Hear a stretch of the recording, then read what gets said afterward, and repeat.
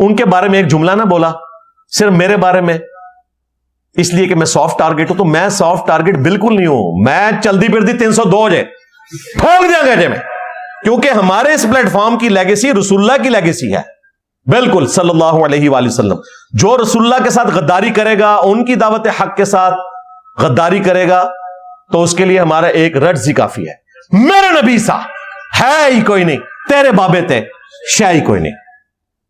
अस्सलामु अलैकुम दोस्तों, आज हम बात करने जा रहे हैं एक मशहूर और controversial scholar engineer Mohammad Ali Mirza के बारे में। उन पर तौहीन दीन का इल्ज़ाम लगा था, लेकिन अब कोर्ट ने एक ऐसा फैसला दिया है जो सबको हैरान कर गया। क्या हुआ कोर्ट में, किसने क्या कहा और अब उनका फ्यूचर क्या हो सकता है? चलिए सारी स्टोरी सिंपल अल्फाज में समझते हैं। आप सब लोगों का बहुत बहुत शुक्रिया, आपने मेरे तकरीबन 800 सब्सक्राइब पूरे करवा दिए हैं। ये सब आपकी मोहब्बत है, बस थोड़ी सी कोशिश और करें ताकि चैनल मोनेटाइज हो सके। शुक्रिया। आप सबको मालूम है कि इंजीनियर अली मिर्ज़ा पाकिस्तान के मशहूर इस्लामिक रिसर्चर हैं।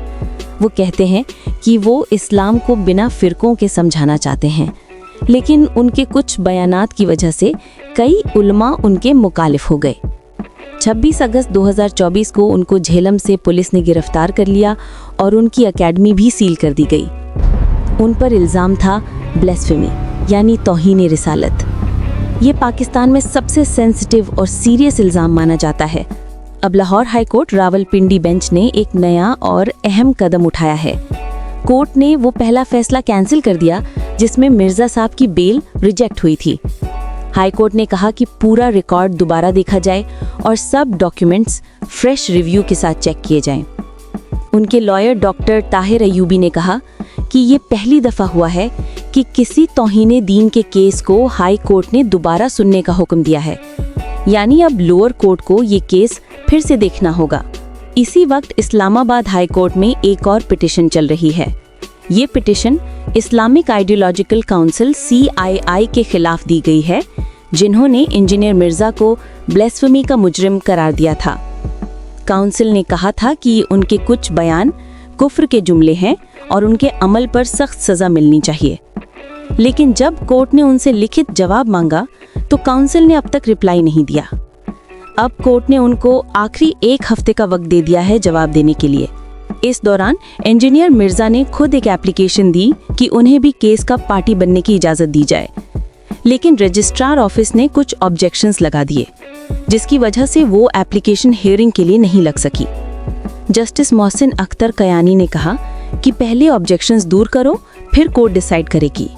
उन्होंने ये भी कहा कि अगर ये केस सिर्फ CII के ओपिनियन पर बेस्ड है तो फिर हर ब्लेस्फेमी केस उनके पास भेजना चाहिए। ये उनका एक तरह का तनज़्ज़ुल भरा कमेंट था कि काउंसिल अपनी हद से ज़्यादा काम कर रही है।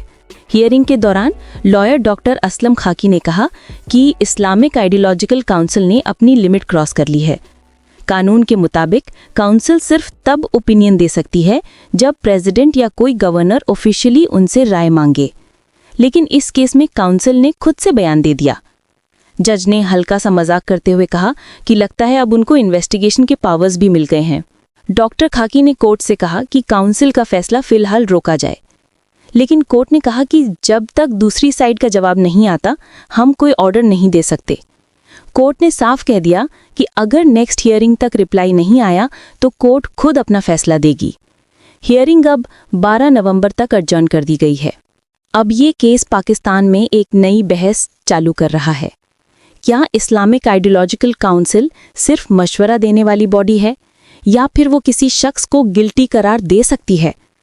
इंजीनियर मिर्ज़ा के सपोर्टर्स कह रहे हैं कि उन्हें उनके खिलाफ चलाई गई कैंपेन में फंसा दिया गया है, लेकिन उनके ओपोनेंट्स कहते हैं कि उनके बयान इस्लाम के हुदूद के खिलाफ हैं। सच क्या है ये तो कोर्ट ही डिसाइड करेगी, लेकिन एक बात तो क्लियर है कि ये फैसला पाकिस्तान के कानूनी निज़ाम में एक नया मोड़ ले आया है। अब सबकी नज़र अगले फैसले पर है। 12 नवंबर को क्या होगा?